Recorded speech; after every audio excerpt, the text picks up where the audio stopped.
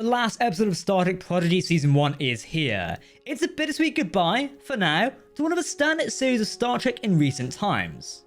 With so much great Trek in live action, with the likes of Star Trek Strange New Worlds and Star Trek Picard, it would always be hard for an animated show to stand out. Thankfully, Prodigy has done just that. Some would regard this show as a worthy successor to the likes of Star Trek Voyager. I think it earns that somewhat. Here's our review for the second part of Prodigy's season finale, Supernova Part 2. Spoiler warning, you've been warned. Welcome to Trek Central, I'm your host Captain Jack. Good news, this is the last time you'll see me wear this Xmas jumper this year. I hope you've all had a fantastic Christmas time by the way, and are looking forward to the new year. Anyway, let's go fast and talk Trek. Before we warp into this video, if you want to keep up to date on all the latest Star Trek news, lore and more, then make sure to hit that subscribe button to never miss a video from the team here at Trek Central. You can also follow us on social media for daily updates on the Star Trek universe. Okay, go fast. Honestly, this was a delightful episode of Star Trek Prodigy, and very much, in a way, learns from the mistakes of Star Trek Voyager, in that we get a finale and actually see our crew on Earth. And yes, this isn't a series finale for Prodigy, it's just the end of the season. I'm still just upset we didn't see Voyager on Earth a little more. However, this is a perfect finale for the season, setting the next season and wrapping up this one.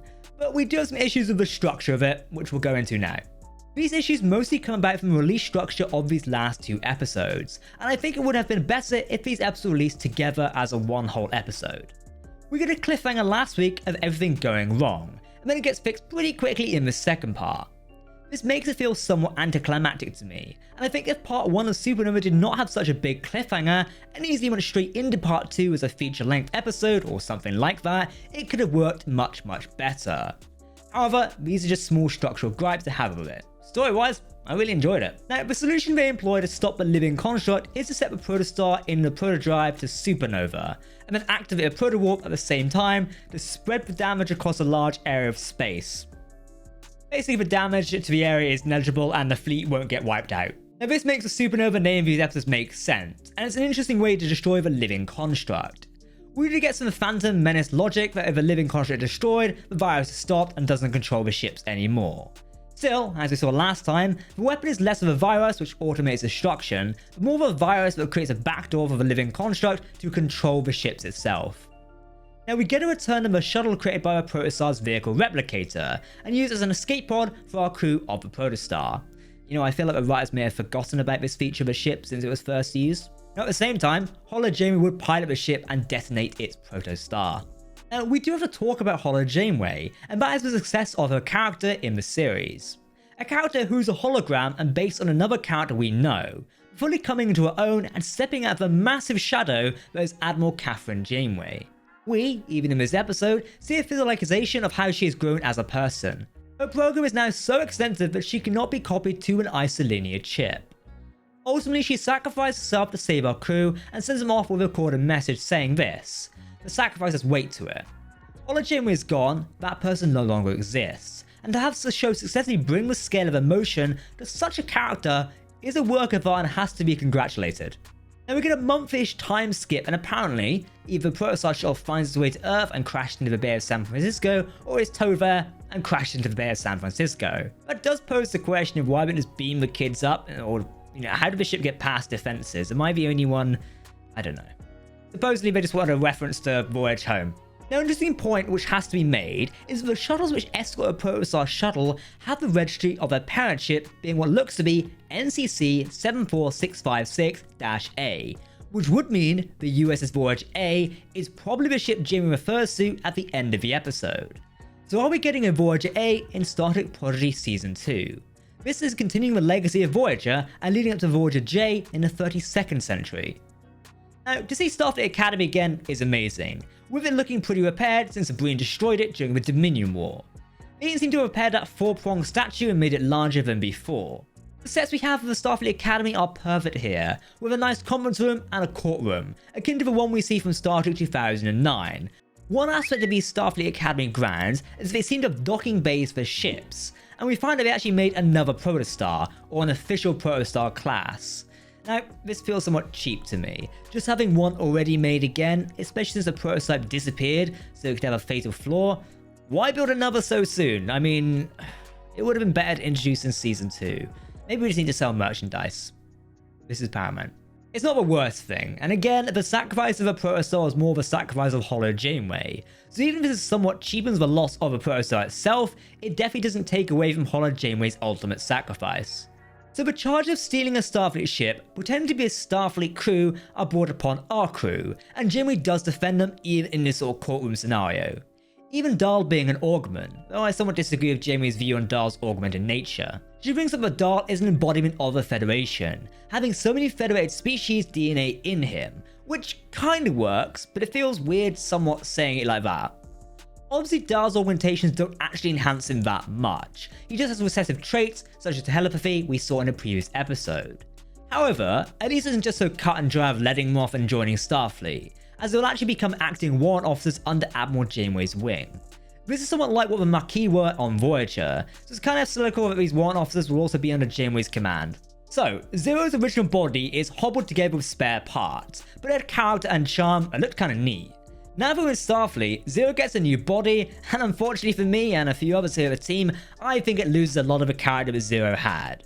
It's a pure white, smooth body, and it doesn't work for me. He has 2 round discs on his head, which looks somewhat like ears, but if it was less than the previous design, I just don't like it, I'll be honest. Maybe it'll grow on me. How Prodigy has done the evolution of its main characters from Zero to Murph just hasn't worked for me at all, unfortunately. I kinda know dread what will happen when Rock Doc shreds their skin and becomes all smooth. Perhaps the Zero design is big brain and talking about the homogeneity of Starfleet and the Federation, and how it assimilates cultures into itself, but I doubt it. It just looks like the Zero you'd find of a wish, okay? I had to say it. What does this episode tell us about Season 2 of Star Trek Prodigy? Well, it tells us a lot of interesting things, and that our crew is somewhat splitting off. Gwyn will go off and make contact with Solum, knowing where it is now located, as in going to join Starfleet. I wonder why she couldn't join Starfleet and go off on a first contact mission, but it's okay. I do wonder if she would go on the new protostar to make first contact with Solum. And we still have a senior, aka the Vindicator, out there in the wild, so it could be a race to make contact with Solum first, between Gwyn, the Unifier, and Essentia, the Vindicator. But what about our other crew? Well, they'll be joining Janeway and what I expect to be the Voyager-A. Coincidentally, when the protostar detonated, it actually recreated a wormhole which transported the original protostar to the future. Well, that same protostar actually. Fucking time is confusing. Now it transported the original to the future in the alternate timeline where Civil War destroyed Solum. This doesn't make a paradox effect, as I've seen some people say. It's an alternate future, not the future. But you know, temporal mechanics is weird and gives me a headache. So it does seem like Janeway and the crew's mission will be to go through this wormhole and rescue the original crew of the USS Protostar, including Captain Chakotay and Commander Adric Hu. Now, this seems like a fairly simple mission. No one is actually left on Solum as all their warriors and fleet left to mess with the Federation. We could have more Valkanauts appear who successfully make it through the temporal wormhole. A big guess is we're going to see the Valkanaut who stood alongside the Diviner and the Vindicator, the one with a freaky mask. He could be the villain for Janeway and co, while Essentia could be the villain for Gwyn. Surely our 2 groups will join back together at some point in time. That seems to be the general trajectory of the show's 2nd season as far as we can see. What do we overall think about this episode, and did the season as a whole work? Now we're at the end. Though I had issues with the episode being alone from part 1 of the Supernova, this was a fantastic episode that neatly wrapped up our 1st season plotline in an interesting way, with some interesting themes and morals throughout. I say neatly, but it still leaves threads unwoven to follow up with the show's 2nd season. While I'm here, can I just say the kiss scene between Dahl and Gwyn cringed me out? I get what they're doing, but I'm a moody Vulcan who hates emotion. That's just me, I just wanted to say it.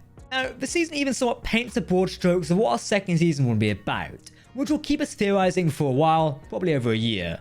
When we might see the 2nd season is not known at this point, but be sure when we hear about it, we'll be breaking down all the news about it, so hopefully some trailers coming up this year. This episode gave us a lot of information and scenes, and I have to say I really did enjoy the Earth-based scenes. This showed us a cool look at Starfleet, gave us interesting exposition and details on where the characters and the story will be heading, and that was just cool to see again. But now we'll have to see Starfleet Academy many times in these Trek shows.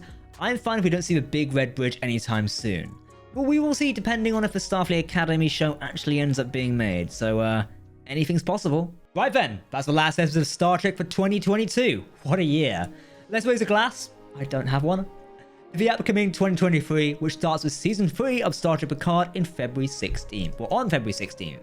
For now, if you want to keep up to date on the latest Star Trek news, lore, and more, make sure to hit that subscribe button to never miss a video from the team here at Trek Central.